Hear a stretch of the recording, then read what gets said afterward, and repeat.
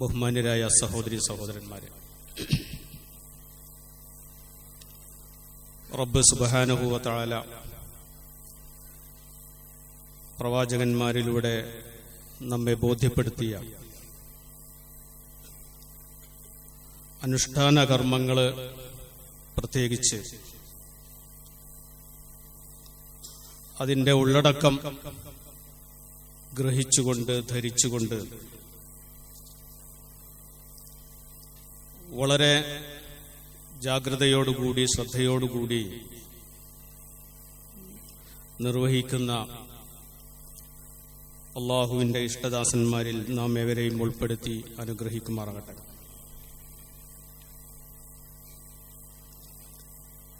നമ്മെ സംബന്ധിച്ചിടത്തോളം, വിശ്വാസികളായ നമ്മെ സംബന്ധിച്ചിടത്തോളം,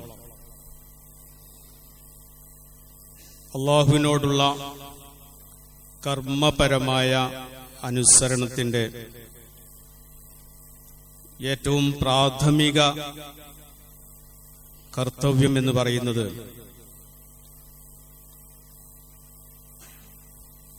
അല്ലാഹു സുബ്ഹാനഹു വ തആല ഖുർആനിലൂടെ നമ്മെ അഭ്യസിപ്പിച്ച നമസ്കാരം തന്നെയാണ്. ഈ നമസ്കാരം ഒരു അനുസരണ പ്രതിജ്ഞയാണ് എന്നുള്ളതാണ് ഖുർആനിക വചനങ്ങൾ നമ്മെ ബോധ്യപ്പെടുത്തുന്നത്. പക്ഷേ നമ്മുടെ ദൈനംദിന ജീവിതത്തിലെ ഒരു കർമ്മം എന്ന നിലയിൽ ആവർത്തന വിരസത കൊണ്ടോ മറ്റോ ഈ കർമ്മത്തിന് വേണ്ടത്ര പ്രാധാന്യവും അതിന്റെ ഉള്ളടക്കം മനസ്സിലാക്കിക്കൊണ്ടും അത് നമ്മുടെ ജീവിതത്തെ മാറ്റിപ്പണിയാനും നമ്മുടെ ദൈനംദിന പ്രക്രിയകളെ അല്ലാഹുവുമായിട്ട് ഡെയിലി ബന്ധിപ്പിക്കുവാനുമുള്ള ഒരു കർമ്മമാണ് എന്ന രൂപത്തിൽ ഒരു ഇബാദത്തായിട്ട് അനുഷ്ഠിക്കാനാണ് അല്ലാഹു സുബ്ഹാനഹു വ തആല നമ്മോട് ആവശ്യപ്പെട്ടിട്ടുള്ളത്. പക്ഷെ പലപ്പോഴും അതിന്റെ ജാഗ്രത നഷ്ടപ്പെടുന്നുണ്ടോ എന്നുള്ളത് ദൈനംദിനം നാം മൂല്യനിർണയം ചെയ്യേണ്ടതുണ്ട്. ആ അർത്ഥത്തിൽ ഇതിന്റെ നമസ്കാരത്തിന്റെ ഉള്ളടക്കത്തെ സംബന്ധിച്ച് ചുരുങ്ങിയ സമയം കൊണ്ട് ഒരു അപഗ്രഥനമാണ്, ഒരു വർഗീകരണമാണ് ഞാൻ ഉദ്ദേശിക്കുന്നത്. ഇപ്പൊ നമസ്കാരത്തെ, അതിന്റെ ഉള്ളടക്കത്തെ സംബന്ധിച്ച് അതിന്റെ ചേരുവകള് നമ്മളൊരു പട്ടികപ്പെടുത്തുകയാണെങ്കിൽ, അതിനൊന്ന് വർഗീകരിച്ച് അപഗ്രഥിച്ച് ഇങ്ങനെ എഴുതുകയാണ് കോളം വരച്ചുകൊണ്ട് എങ്കിൽ, എന്തെല്ലാമാണ് ഇതിന്റെ ഉള്ളടക്കത്തിൽ ഉൾപ്പെടുന്നത് എന്ന് നമുക്ക് ബോധ്യപ്പെടും. അങ്ങനെ ഒന്നാമത്തെ കോളത്തിൽ നമുക്ക് എഴുതേണ്ടി വരിക അള്ളാഹുവിന്റെ കിബിരിയാഇനെ, അള്ളാഹുവിന്റെ ഔന്നിത്യത്തെ സമ്മതിക്കുകയും അത് ഗ്രഹിക്കുകയും ചെയ്യുന്നതായിരിക്കും ഒന്നാമത്തെ കോളത്തിൽ ഉണ്ടാവുക. പണ്ഡിതന്മാർ അതിനെ തഅളീമു കിബിരിയാഇല്ല എന്നാണ് പട്ടികപ്പെടുത്തിയിട്ടുള്ളത്. അള്ളാഹുവിന്റെ കിബിരിയാഇനെ, ഔന്നിത്യത്തെ, മഹത്വത്തെ, ഏകത്വത്തെ സ്വയം നമ്മൾ അംഗീകരിക്കുക, നമുക്കത് ബോധ്യപ്പെടുക. അതുകൊണ്ടാണ് നമസ്കാരത്തെ നിയന്ത്രിക്കുന്ന പ്രധാനപ്പെട്ട ഒരു വചനം തന്നെ അല്ലാഹു അക്ബർ എന്ന രൂപത്തിലാകുന്നത്.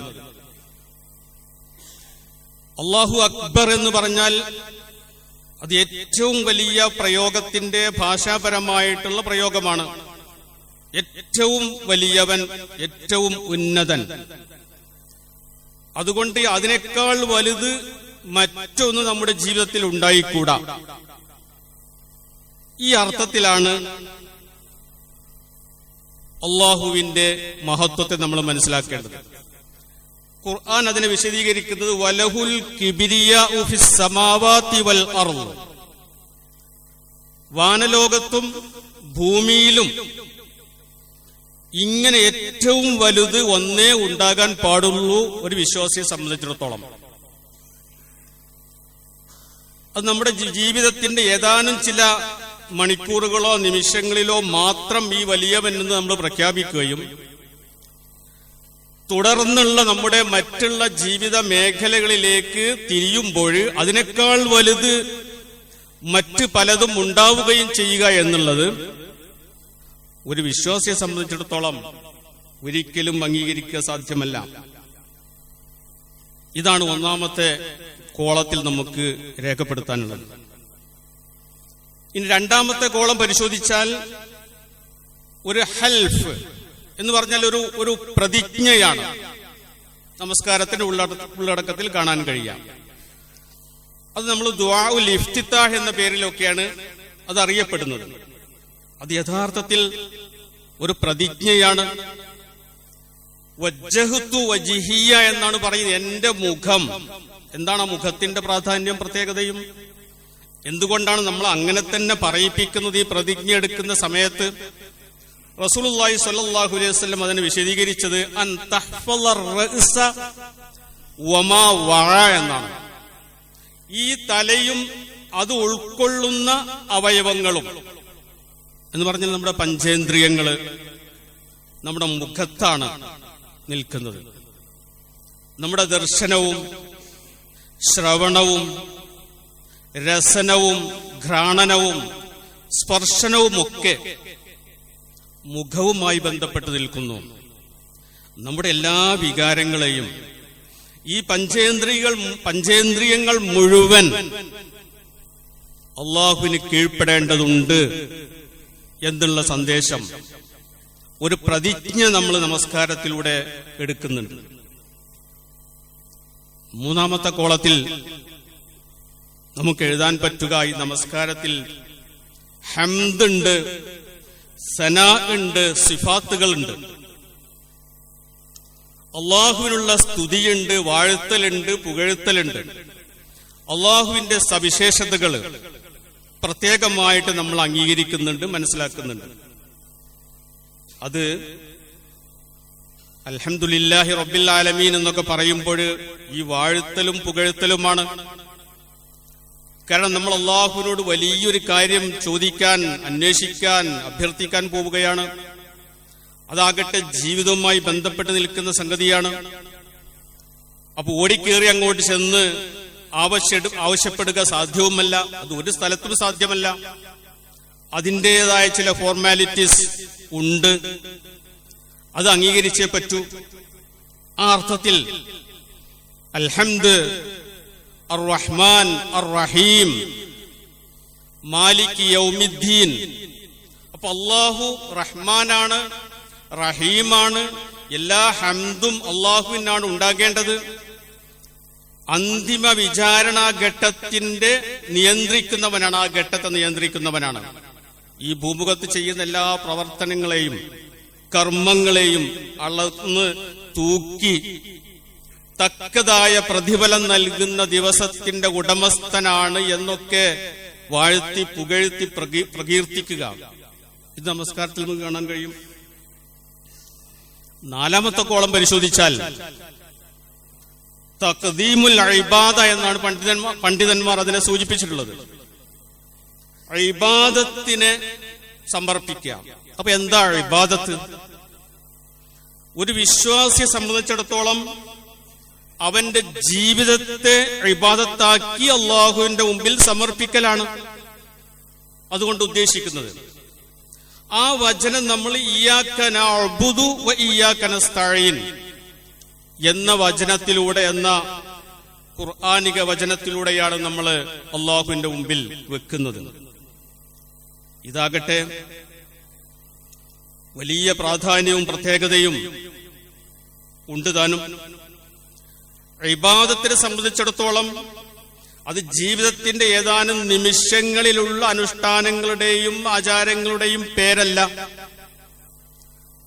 ഒരു മനുഷ്യന്റെ ജീവിതത്തിലെ എല്ലാ പ്രക്രിയകളും അള്ളാഹുവുമായി ബന്ധിപ്പിക്കുന്ന, അതിനൊക്കെയും പ്രതിഫലമുണ്ട് എന്ന് മനസ്സിലാക്കിക്കൊണ്ട് തന്നെ ബന്ധിപ്പിക്കുന്ന, പരലോകത്ത് വിചാരണഘട്ടത്തിൽ നമ്മൾ ചെയ്യുന്ന പ്രവർത്തനങ്ങളെ സംബന്ധിച്ചൊക്കെയും വിചാരണയുണ്ടാകും, നമ്മൾ റെസ്പോൺസിബിൾ ആയിരിക്കും എന്ന് നമ്മെ ബോധ്യപ്പെടുത്തുന്ന ഒരു പ്രധാനപ്പെട്ട സംഗതിയാണ്.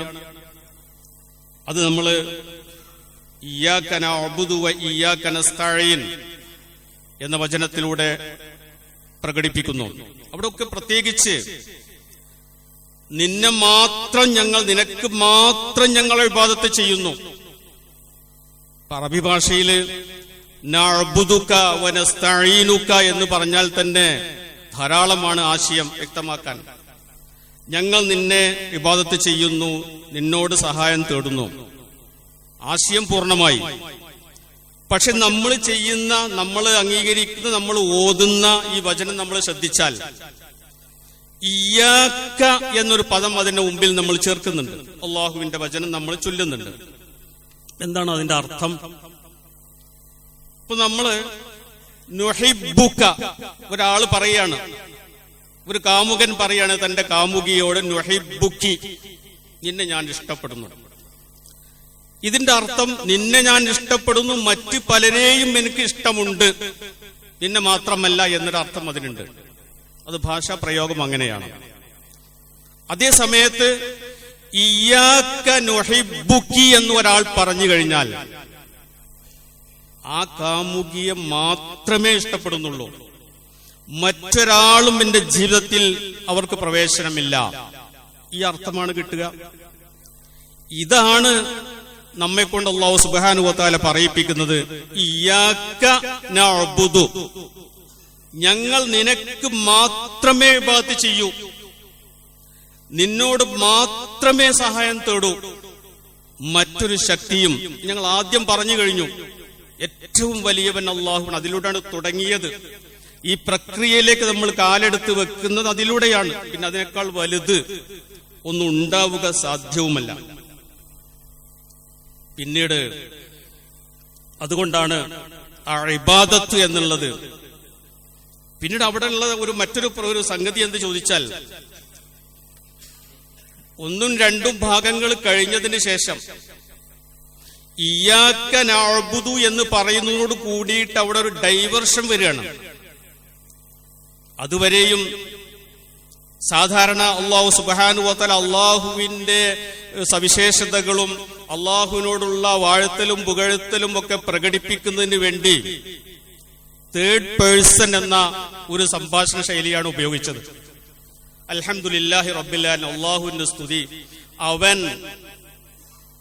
കാരുണ്യവാനാണ്, അവനിലാണ് കരുണയുള്ളത്, അവൻ മാലിക് യൗമിദ്ദീൻ, ഈ പ്രതിഫല ദിവസത്തിന്റെ ഉടമസ്ഥനാണ് അവൻ. ഈ ഒരു ശൈലി മലയാള ഭാഷയിൽ നമ്മൾ അതിനെ ഒരു പ്രഥമ പുരുഷൻ എന്നോ ഈ സർവനാമങ്ങളൊക്കെ പ്രയോഗിക്കുന്ന സമയത്ത് അവൻ, അവൾ എന്നുള്ള രൂപത്തിൽ. എന്നാൽ എന്തിനാണ് അല്ലാഹു സുബ്ഹാനഹു വ തആല ഇയ്യാക നഅ്ബുദു വ ഇയ്യാക നസ്തഈൻ എന്ന് പറയുന്നതോട് കൂടിയിട്ട് നേർക്ക് നേരെ മുഖാത്തബിലേക്ക് വരികയാണ്, സെക്കൻഡ് പേഴ്സണിലേക്ക് അവിടെ ഡൈവേർട്ട് ചെയ്യാണ്. അള്ളാഹുവിന്റെ മുമ്പിൽ നിൽക്കുന്ന ഈ വ്യക്തിയെ നേർക്കുനേരെ നിർത്തുക, എന്നിട്ട് ഇയാളെ കൊണ്ട് പറയിപ്പിക്കാൻ, നിന്നെ മാത്രം. ലൈവാണ്, അഭിമുഖമായി നിന്നുകൊണ്ടാണ് നമ്മൾ അള്ളാഹുവിനോട് പറയുന്നത്, നിന്നെ മാത്രം, നിനക്ക് മാത്രം ഞങ്ങൾ ഇബാദത്ത് ചെയ്യും, മറ്റൊരാളും എന്റെ ജീവിതത്തിൽ ഇല്ല എന്ന് അഭിമുഖമാക്കി നിർത്തി അല്ലാഹു സുബ്ഹാനഹു വ തആലയോട് നമ്മൾ സംസാരിക്കുകയാണ്. അതുകൊണ്ടും തീർന്നില്ല. ഈ ഒരു വ്യക്തിയെ, ഒരു വിശ്വാസി അള്ളാഹുവിനെ അംഗീകരിക്കുന്നതോട് കൂടി അവനോട് പ്രകീർത്തിക്കുകയും സ്തുതിക്കുകയും ഒക്കെ ചെയ്യുന്നതിലൂടെ ഇങ്ങോട്ട് കയറി വന്നതിന് ശേഷം ഒറ്റക്കാണ് നമസ്കരിക്കുന്നതെങ്കിൽ പോലും അവിടെ അല്ലാഹു സുബ്ഹാനഹു വ തആല നമ്മോട് പറയാൻ ആവശ്യപ്പെട്ടത് നഅ്ബുദു, ഞങ്ങൾ എന്ന പ്രയോഗമാണ്. ഇതിനെ സംബന്ധിച്ച് പണ്ഡിതന്മാർ പറയുന്നത്, ഇതൊരു ആദര സൂചകമായിട്ടുള്ള അള്ളാഹുവിന്റെ അടുക്കൽ നിന്നുള്ള ഒരു ഷറാഫത്ത്, ഒരു തശ്രീഫും കറാമത്തുമാണ്. തന്റെ ദാസനെ ഒറ്റക്കല്ല, നീ ഒറ്റക്കല്ല, നിന്റെ ജീവിതത്തിൽ നീ കാണുന്നതും കാണാത്തതുമായ പലരും നിന്നെ സഹായിക്കാനുണ്ട്. നീ ധൈര്യമായിട്ട് മുന്നോട്ട് പോകും. നഅ്ബുദു എന്നുള്ള പ്രയോഗമാണ് പിന്നീട് നമ്മൾ നടത്തുന്നത്. ഇവിടെ ഒക്കെ അല്ലാഹു സുബ്ഹാനഹു വ തആല ഈ വിനീത ദാസനെ ആദരിക്കുകയും ബഹുമാനിക്കുകയും ചെയ്യുകയാണ്. അള്ളാഹുവിന്റെ ചില പ്രയോഗങ്ങൾ കാണാം. നഹ്നു നഖുസ്സു അലൈക അഹ്സനൽ ഖസസ്. അല്ലാഹു സുബ്ഹാനഹു വ തആല അങ്ങനെയാണല്ലോ പ്രയോഗിക്കുന്നത്. നാം പ്രവാചകരെ നിങ്ങൾക്ക് ഏറ്റവും നല്ല കഥാകഥനം, വിവരണം നടത്തുന്നു. അവിടെ ഒക്കെ അള്ളാഹുവിന്റെ പ്രയോഗമാണ് നഹ്നു നഖുസ്സു, നാം. ഇതേ പ്രയോഗമാണ് അള്ളാഹുവിന്റെ ദാസനോട് ഏറ്റെടുക്കാൻ പറയുന്നത്, നഅ്ബുദു. അപ്പൊ ഇതും അള്ളാഹുവിന്റെ അംഗീകാരവും ഒരു കറാമത്തും നമ്മെ ബോധ്യപ്പെടുത്തലാണ് എന്ന് പ്രത്യേകമായിട്ട് അടിവരയിട്ടുകൊണ്ട് ഇതിനെ സംബന്ധിച്ച് നമ്മൾ മനസ്സിലാക്കേണ്ടതുണ്ട്. പിന്നീട് അടുത്ത കോളത്തിലേക്ക് കടന്നു കഴിഞ്ഞാൽ ദുആഉൽ മസ്അല, പണ്ഡിതന്മാർ അങ്ങനെയാണ് അതിനെ വർഗീകരിച്ചിട്ടുള്ളത്. എന്ന് പറഞ്ഞാൽ കുറെ ചോദ്യങ്ങൾ, ഒരു വലിയ അപേക്ഷ നമ്മൾ അള്ളാഹുവിന്റെ മുമ്പിൽ വെക്കുകയാണ്. ഈ സമ്മതപത്രമൊക്കെ കഴിഞ്ഞു, ഇബാദത്തിന്റെ ജീവിതത്തെ മുഴുവൻ ഞാൻ നിനക്ക് വേണ്ടി മാത്രമേ ഉപയോഗിക്കൂ, അതിലപ്പുറം എനിക്കൊരു വലിയ ശൗര്യശക്തിയും എന്റെ ജീവിതത്തിൽ ഇല്ല എന്ന സമ്മതമൊക്കെ കഴിഞ്ഞതിന് ശേഷം ദുആഉൽ മസ്അല, അള്ളാഹുവിനോട് ചോദ്യങ്ങൾ അവിടെ വെക്കുകയാണ്, ഒരു ഡിമാൻഡ് വെക്കുകയാണ്, ചില ആവശ്യങ്ങൾ ഉന്നയിക്കുകയാണ്. ആ ആവശ്യങ്ങളിൽ ഏറ്റവും പ്രധാനപ്പെട്ടത് ഹിദായത്തും ഇസ്തിഖാമത്തുമാണ്. ഈ ആവശ്യത്തിൽ ഏറ്റവും പ്രധാനപ്പെട്ടത് ഹിദായത്താണ്, ഇസ്തിഖാമത്താണ്. അതാണ് നമ്മൾ ഇഹ്ദിന സിറാത്തൽ മുസ്തഖീം, ഈ സിറാത്തിൽ ഏറ്റവും നല്ല എന്റെ ജീവിതത്തിലേക്ക് ആവശ്യമായ മാർഗനിർദ്ദേശങ്ങൾ എനിക്ക് നൽകണം, ഞങ്ങൾക്ക് നൽകണം. ആ മാർഗനിർദ്ദേശങ്ങൾ അനുസരിച്ച് ജീവിതത്തെ മുന്നോട്ടു കൊണ്ടുപോകാനുള്ള ഒരു നിശ്ചയദാർഢ്യം, അത് ഞാൻ കോൺഫിഡന്റ് ആയിരിക്കണം, അതിനുള്ളൊരു കോൺഫിഡൻസ് ഉണ്ടാകുകയും വേണം.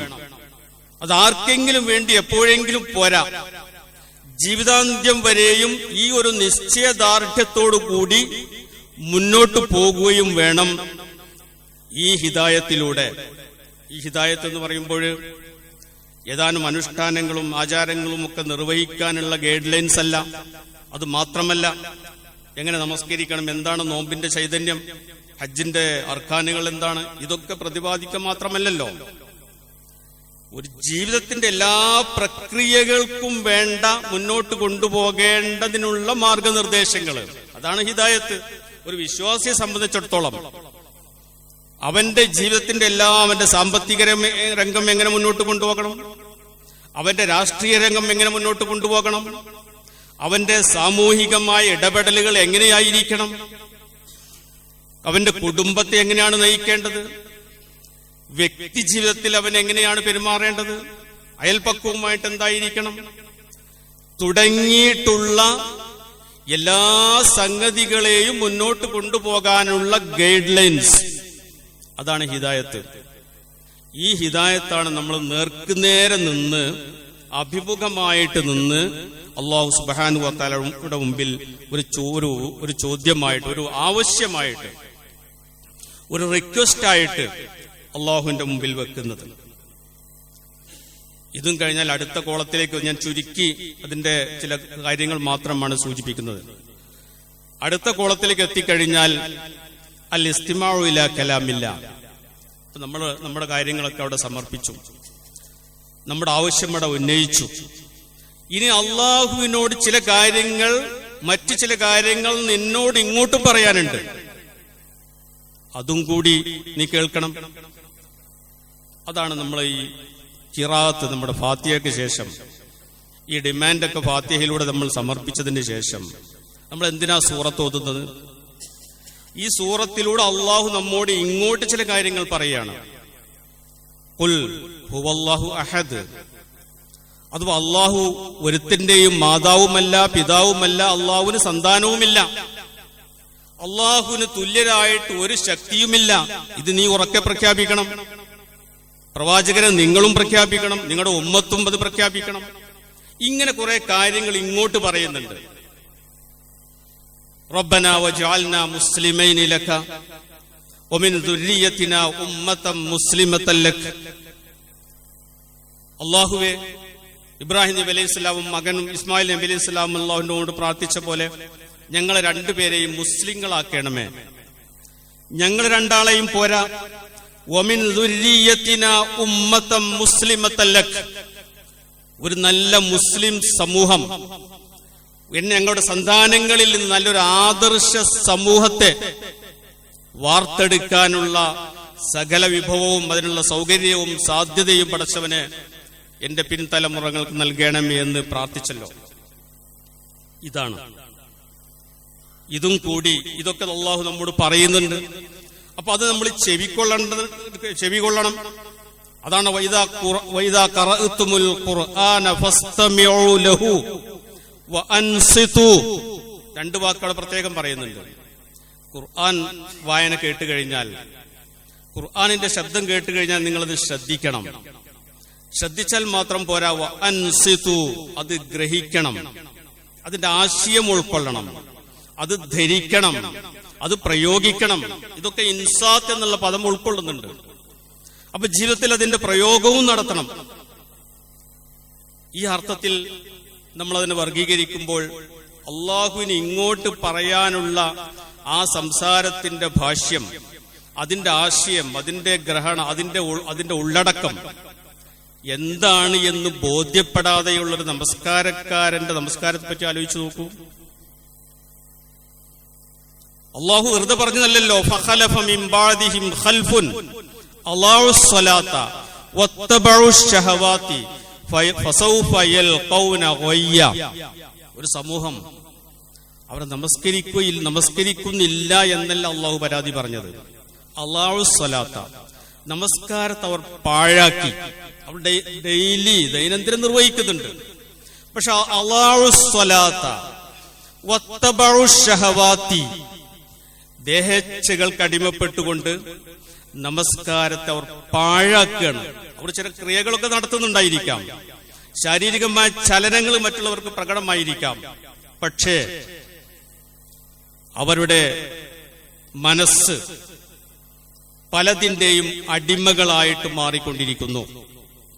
അത്തരത്തിലുള്ള നമസ്കാരത്തിന്റെ വളരെ മോശമായിട്ടാണ് അവർക്കുള്ള അവരുടെ അനുഭവങ്ങൾ ഉണ്ടായിരിക്കുക എന്നും അതേ ആയത്തിൽ തന്നെ സൂചിപ്പിക്കുന്നുണ്ട്. അതുകൊണ്ട് തന്നെ ഈ അള്ളാഹുവിന് ഇങ്ങോട്ട് പറയാനുള്ളത് നമുക്ക് മനസ്സിലാകണമെങ്കിൽ ഖുർആൻ പഠിച്ചേ പറ്റൂ. അതിന് മറ്റു പോംവഴികളൊന്നും ഇല്ലതാനും. ആ അർത്ഥത്തിൽ നമ്മൾ അതിനെ ഉൾക്കൊള്ളുകയും വേണം. മറ്റൊന്ന് അടുത്ത കോളത്തിൽ നമുക്ക് രേഖപ്പെടുത്താനുള്ളത്, ഇസ്തിഗ്ഫാറിന്റെയും തസ്ബീഹിന്റെയും ഒക്കെ അവസരം നമസ്കാരത്തിലുണ്ട്. അത് നമ്മൾ ബോധ്യപ്പെടണം. നമസ്കാരത്തെ അങ്ങനെ വർഗീകരിക്കുമ്പോൾ അടുത്ത കോളത്തെ നമ്മൾ എഴുതാനുള്ളത്, എത്ര കണ്ട് ഇസ്തിഗ്ഫാറാണ് അതിൽ നടത്തുന്നത്, തസ്ബീഹാണ്.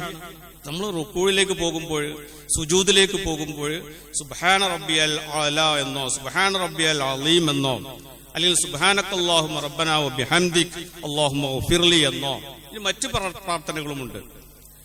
ഇതിലൂടെ അള്ളാഹുവിന് നമ്മൾ തസ്ബീഹും ഇസ്തിഗ്ഫാറും നടത്താനുള്ള അവസരം നമസ്കാരത്തിലൂടെ അള്ളാഹു നൽകുന്നുണ്ട്.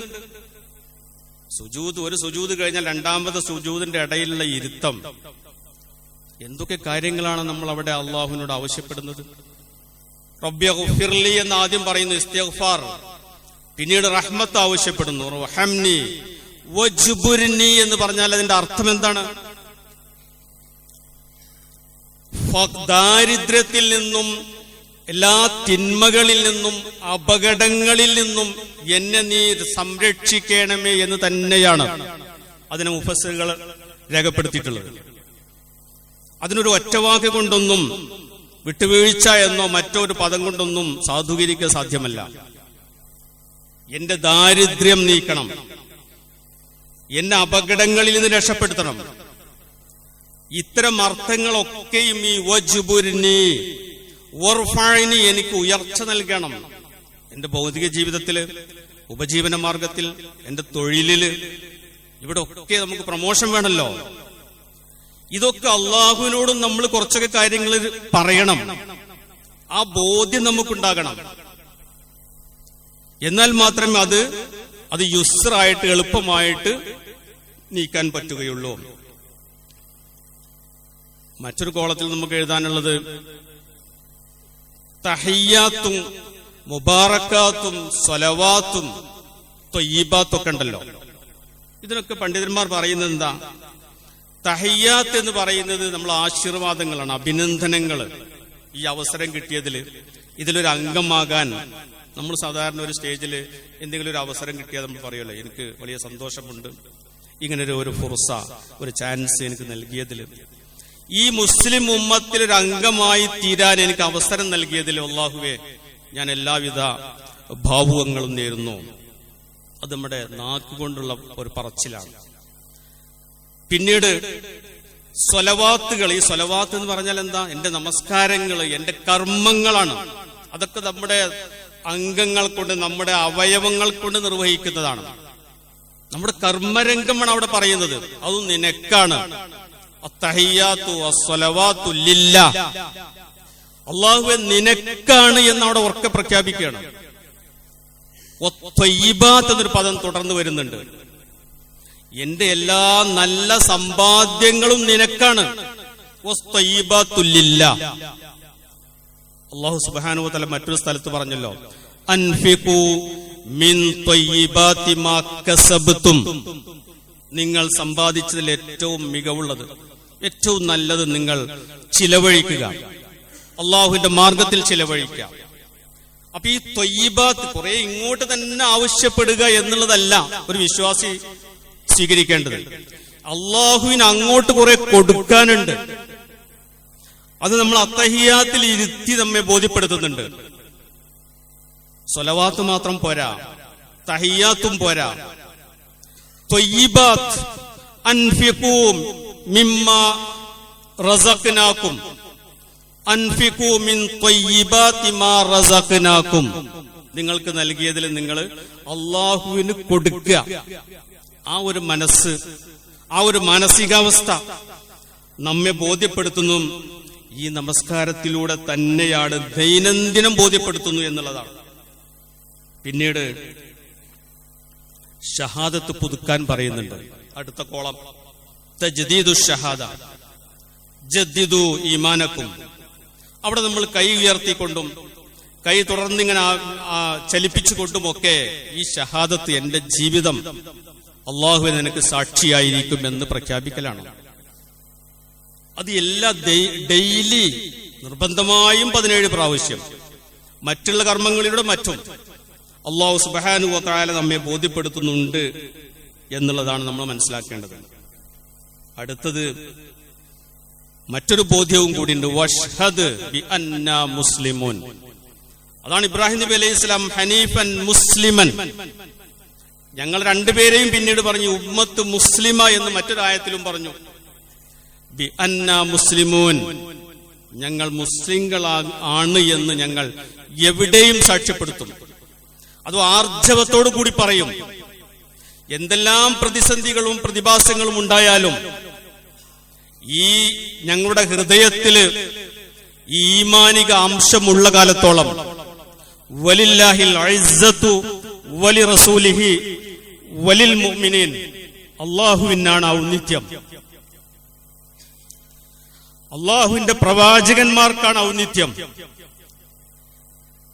പിന്നീട് വിശ്വാസികൾക്കാണ് ഒരു സ്ഥലത്തും തലകുനിക്കാൻ തയ്യാറല്ല എന്ന പ്രഖ്യാപനം ഈ നമസ്കാരത്തിലൂടെ നമ്മൾ നിർവഹിക്കുന്നുണ്ട്.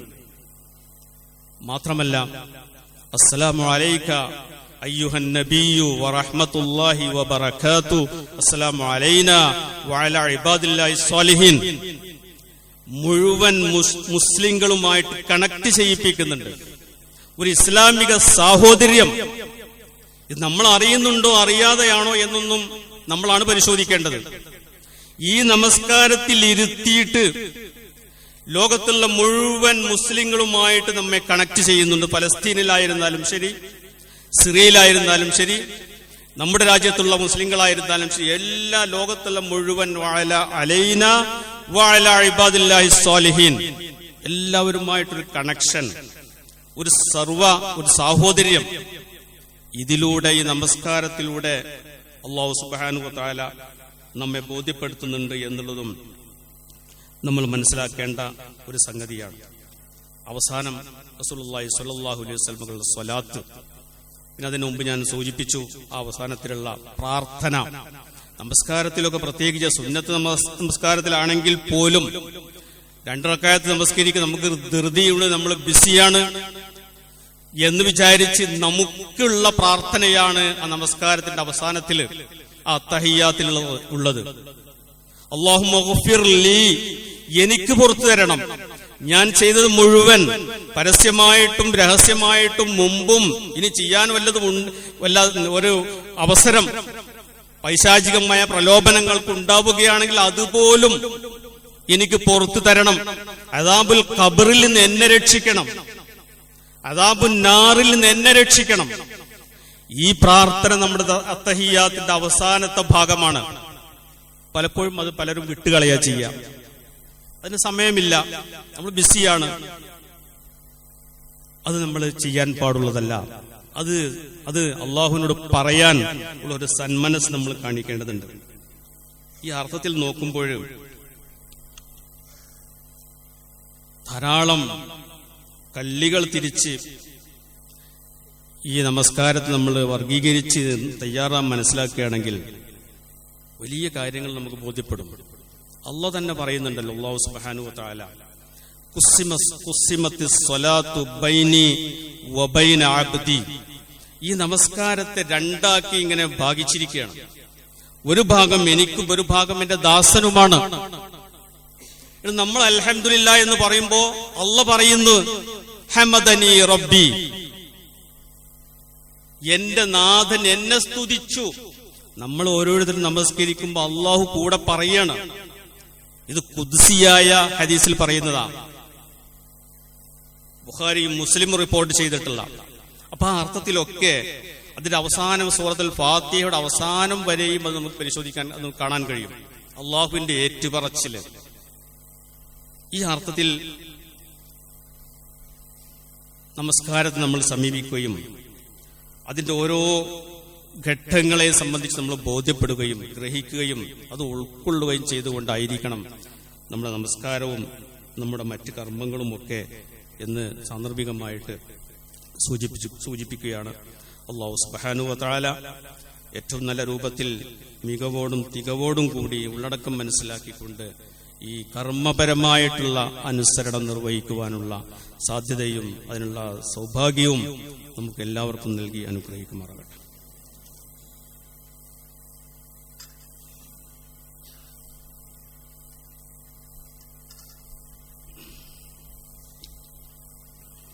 അൽഹംദുലില്ലാഹ് സ്വലാത്തുല്ലാഹി വസ്സലാമുഹു അലാ സയ്യിദിൽ മുർസലീൻ വഅലാ ആലിഹി വസഹ്ബിഹി അജ്മഈൻ. ഇത്തഖുല്ലാഹ ഇബാദല്ലാഹ്.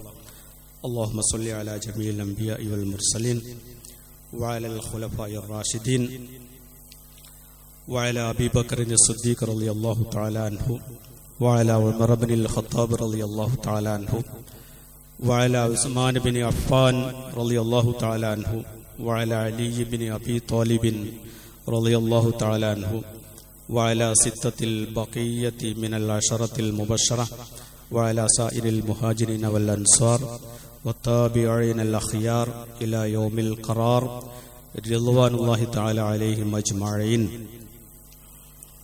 ഒരു കാര്യം ശ്രദ്ധിക്കുക, നമ്മുടെ ധാരാളം ആളുകൾ ദുആ കൊണ്ട് വസിയത്ത് ചെയ്തിട്ടുണ്ട്. നമ്മുടെ ഈ പള്ളിയിൽ വരുന്ന സാധാരണ വന്നിരുന്ന, എന്നാൽ ഇപ്പോൾ രോഗാവസ്ഥയിലേക്ക് വന്നിട്ടുള്ള നമ്മുടെ പല സഹോദരന്മാരുടെയും ഭാര്യമാര് ഒക്കെയും ആശുപത്രിയിലും വീടുകളിലുമായിട്ട് കഴിഞ്ഞുകൂടുന്നുണ്ട്. അല്ലാഹു സുബ്ഹാനഹു വ തആല അവർക്കൊക്കെയും തക്കതായ ഷിഫയും ഹാജിലായ വളരെ വേഗത്തിലുള്ള ശമനം, സിഹത്തും ആഫിയത്തും ഒക്കെ നൽകി അനുഗ്രഹിക്കണമേ നാഥ. അതുപോലെ തന്നെ നമ്മുടെ വീടുകളിൽ കഴിയുന്ന മറ്റ് ധാരാളം രോഗികൾ, പള്ളിയിലേക്ക് വരാൻ പോലും സാധിക്കാതെ നിൽക്കുന്ന പലരും, അവർക്കൊക്കെയും സിഹത്തും ആഫിയത്തും നൽകി അനുഗ്രഹിക്കണമേ നാഥ. നമ്മിൽ നിന്ന് അള്ളാഹുവിലേക്ക് യാത്ര തിരിച്ചിട്ടുള്ള നമ്മുടെ മാതാപിതാക്കളും സഹോദരി സഹോദരന്മാരും മക്കളും നമ്മുടെ ബന്ധുമിത്രാദികളും ഇവരൊക്കെയും അവർക്കൊക്കെയും അല്ലാഹു സുബ്ഹാനഹു വ തആല മഗ്ഫിറത്തും മർഹമത്തും നൽകി അനുഗ്രഹിക്കണമേ നാഥ. ربنا آتنا في الدنيا حسنة وفي الآخرة حسنة وقنا عذاب النار. اللهم تقبل منا إنك أنت السميع العليم وتب علينا إنك أنت التواب الرحيم. آمين.